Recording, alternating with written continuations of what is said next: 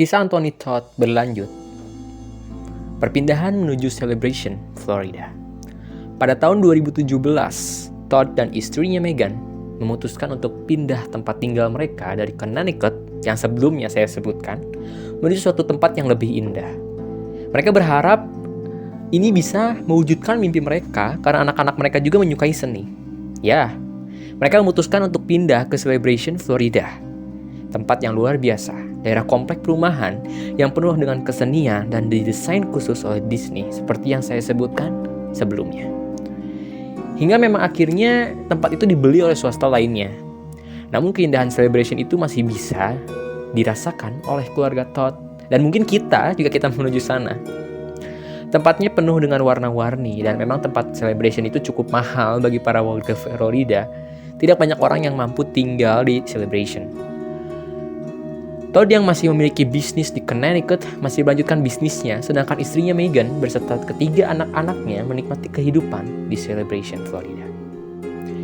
Jadi di saat istri dan anak-anaknya pindah duluan tuh, Todd itu masih melanjutkan bisnisnya di Connecticut.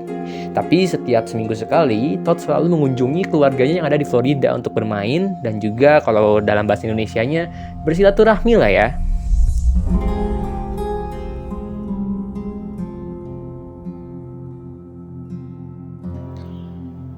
Tapi apakah perpindahan itu membuat mereka semakin bahagia dan sempurna? Membuat mimpi mereka tercapai dan membuat suatu keluarga yang luar biasa? Atau justru sebaliknya? Istri Todd, Megan, mengalami penyakit Lyme yang ditularkan melalui kutu rusa dan menyebabkan berbagai penyakit bersin, flu, dan kebas. Juga beberapa kali menyebabkan penyakit yang semakin parah seperti sakit kepala dan sebagainya. Tapi apakah ini penyebab masalah besar itu? Tentu bukan ya. Tapi mari kita lanjutkan pembahasan kita karena masalah kecil dari Lyme ini adalah suatu statement yang cukup menarik bagi kita nantinya. Jadi harap para pendengar mengingatnya. Sesuatu terjadi dalam keluarga Todd pada tahun dimulai 2019. Jadi tahun 2019 itu adalah tahun dimulainya masalah dalam keluarga Todd ini.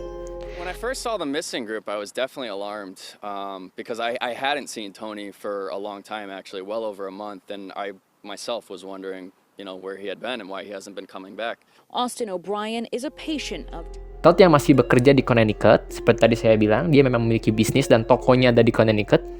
Biasanya sering mengunjungi Megan dan anak-anaknya setiap minggu sebagai silaturahmi atau melakukan hal-hal bermain dan bertemu lah.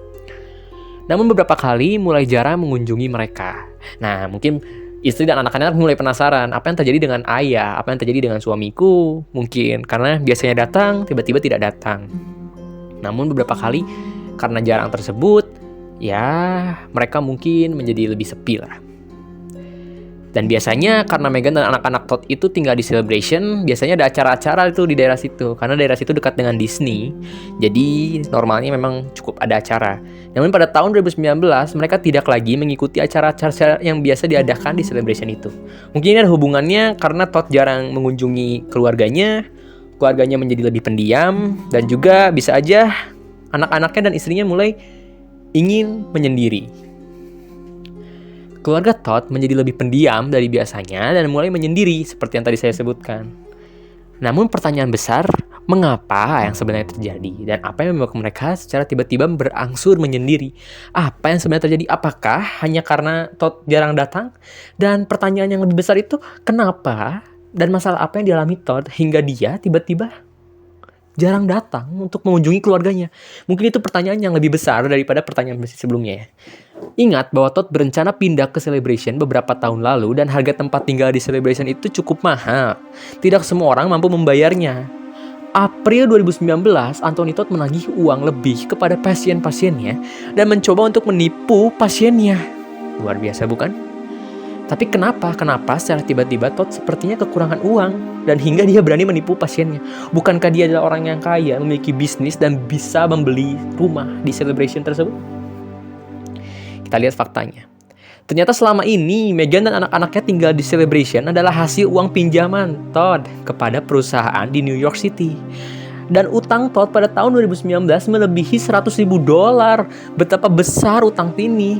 dia pakai untuk membeli rumah di Celebration dan berbagai kebutuhan lainnya yang mewah. Dia diketahui menghabiskan banyak uangnya kepada hiburan keluarga di Celebration tersebut. Jadi Todd ini meminjam uang dengan jumlah yang besar untuk keperluan bisnisnya, tapi dia pakai untuk membeli rumah.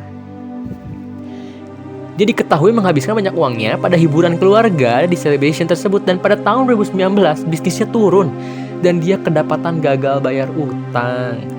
Bayangkan, kita memiliki utang $100.000, kalau dirupiahin itu sekitar 1,4 miliar rupiah lah.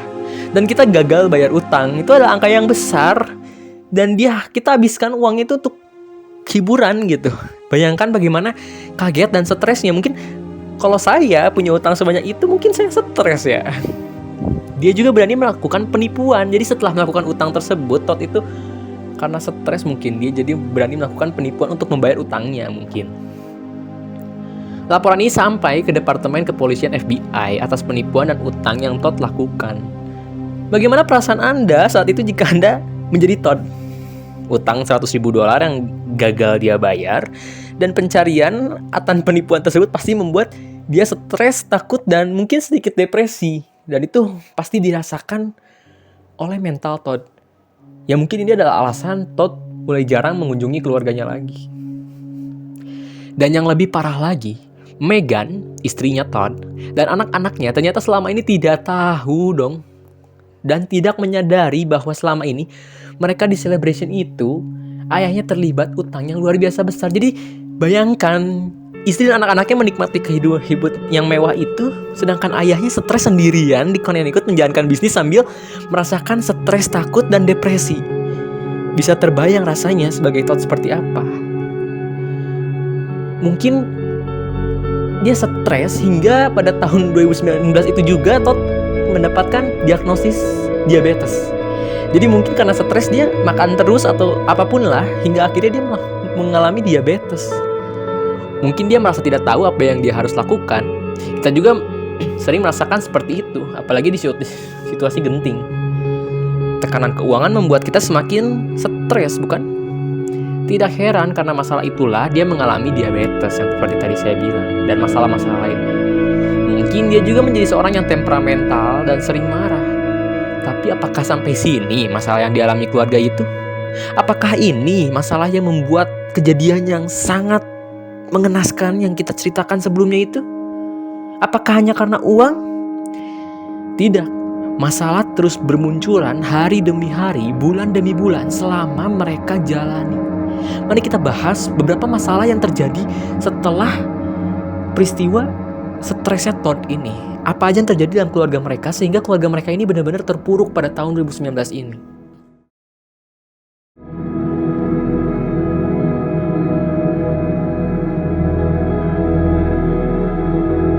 Saat penangkapan tersebut, Todd bercerita mengenai istrinya Megan, bahwa selama Todd stres menerima kenyataan utang besarnya tersebut, Megan juga ternyata mulai mengalami penyakit mental selama tinggal di Celebration.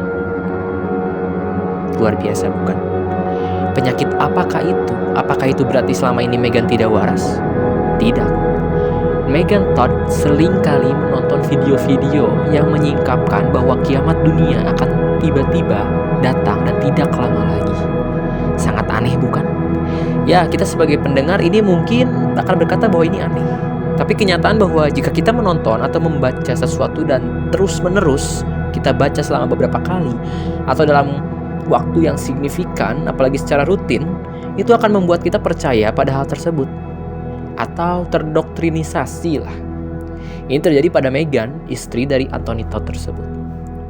Mungkin selagi anak-anaknya bermain sepeda, tertawa, Megan secara rutin menyediakan waktunya untuk menonton video atau membaca doktrin yang sesat ini. Dan karena inilah Megan menjadi percaya bahwa dunia ini akan semakin dekat pada hari kiamatnya.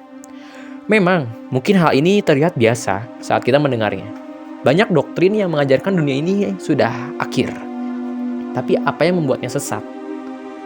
Menurut Megan, istri dari Todd ini, karena dunia ini sudah semakin akhir dari kiamat, maka mereka berencana untuk menyelamatkan diri mereka. Dalam tanda kutip ya. Anthony Todd sudah suaminya tahu akan apa yang dibaca dan ditonton oleh istrinya tersebut, dan ia juga ikut mempercayai doktrin dari istrinya tersebut. Luar biasa. Bagaimana cara mereka selamat menurut mereka? Jawabannya akan sangat mengejutkan. Cara agar mereka selamat dari kiamat ini adalah dengan mengakhiri hidup setiap anggota keluarga agar tidak mengalami kiamat. Dan Meghan percaya bahwa akan ada reinkarnasi setelah kematian tersebut. Bahkan Meghan saking percaya dia mendoktrinisasi suaminya Todd, hingga akhirnya Todd juga ikut percaya. Nah, dari sini kita bisa melihat doktrin yang dibaca dan ditonton oleh istrinya tersebut dan dipercayai olehnya sudah mulai sesat dan merusak. Tapi bagaimana dengan anak-anak mereka, Alex dan Taylor? Bagaimana keadaan mereka saat itu? Apakah mereka tahu tentang doktrin ini atau apakah mereka tahu tentang segala masalah yang dialami oleh keluarganya? Mari kita membahas mereka bersama. Asks them to do a wellness check. Okay, and how can we help you? I'm wondering if somebody can do a wellness check on my brother and his family. They've been really sick for probably like the past week and a half, and I can't seem to get a hold of them. When was the last time you heard from them, ma'am? The last time I physically talked to him was on, last time I physically talked to him was either Monday or Tuesday. They're supposed to call us between yesterday and today, and we haven't been able to get a hold of him. I can't get a hold of him, my sister-in-law, or even my nephew. And what are their names? My brother's name is Tony. My sister-in-law's name is Megan. And then there's 3 kids. They're Alex, What is the last name for Tyler. Tony? Oh, I'm sorry, Todd. T-O-D as in David, T as in Tom. Okay, do you have a cell phone number or phone number for him? I do. He's not. His phone. I think it's turned off. Okay, and who else lives there in the house? It's my 2 nephews and my niece. Alec, A-L-E-K, is 13. Tyler, T-Y-L-E-R, he is 10. And my niece Zoe is 4.5. You said they were being... Kita mulai dari yang paling tua, Alexander Todd. Alexander Todd atau biasa dipanggil Alex yang saat itu berusia 13 tahun adalah anak pertama dari pasangan Todd dan Meghan yang tadi saya sebutkan. Dia adalah anak yang ceria dan penuh perhatian. Dia juga dikatakan menyayangi adiknya yang sangat dekat pada Taylor, adik laki-lakinya. Mungkin ini diakibatkan oleh mereka yang tidak bersekolah, karena itu mereka sangat dekat karena sebagai teman bermain bersama. Alex juga menyukai musik dan seni. Todd dan Meghan sebenarnya mendukung minat anak ini dengan memberinya fokus dan bidang seni musik, seperti yang kita bahas di awal tadi. Selain itu, dia juga terlihat beberapa kali mendapat penghargaan dan difoto bersama ibunya Meghan. Kita bisa lihat fotonya. Ini juga berarti bahwa Alexander Todd adalah anak yang berprestasi dalam bidangnya. Selain dia ceria, baik, penuh perhatian terhadap adiknya, dia juga adalah anak yang pintar dalam minat dan bakatnya tersebut. Tapi sayang, menerima kenyataan bahwa dia tidak hidup untuk waktu yang lama. Dia hanya hidup untuk waktu yang sangat singkat bersama adik-adiknya. Ia harus mengembuskan nafas terakhirnya pada usianya yang ke-13 tahun. Sungguh menyedihkan. Lalu kita bahas mengenai adiknya, Taylor Todd. Taylor Todd, atau biasa kita sebut Taylor, adalah anak kedua dari pasangan itu. Dia terlihat dekat dengan kakaknya, Alexander, dan kemudian dia sangat dekat dengan ayahnya juga. Dia memiliki minat bakat yang sama dengan kakaknya, yaitu di bidang kesenian dan musik, dan prestasi mereka sama pula. Ini menunjukkan bahwa keluarga ini sangat dekat dan bahagia sebelum semua hal buruk itu terjadi. Taylor Todd, bocah yang memakai kacamata ini, harus merasakan sakit sebelum menghembuskan nafas yang terakhir pada Desember 2019. Sedangkan Zoe, anak bungsu mereka, mungkin belum terlihat lebih jelas karena dia masih kecil. Tapi jika kita lihat lebih jelas tentang Zoe, adalah anak perempuan yang lucu dan cantik. Jelaslah, Zoe mungkin membuat keluarga tersebut tertawa jika mereka stres. Bukankah kelucuan seorang balita biasanya membuat ibunya tertawa jika ibunya sedang stres?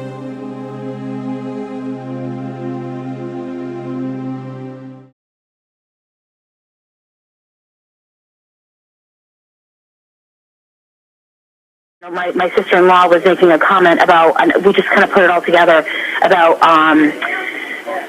basically the world ending on the 28th, and nobody has talked to them. Side by side. Also, there was a body on one mattress, a body on the other mattress. They were also covered with blankets. The bodies were discolored black and blue. They were sitting, there were two boys sitting on top of I believe a mattress on the floor. It almost looked like their feet or some of their flesh may have been falling off of the body or decomposing at that point. I was muted and trying to get the aortic valve, which is deep. And we wanted to both go everybody to go very peacefully. We wanted everybody together. Okay. And that was my wife's wish, everybody together.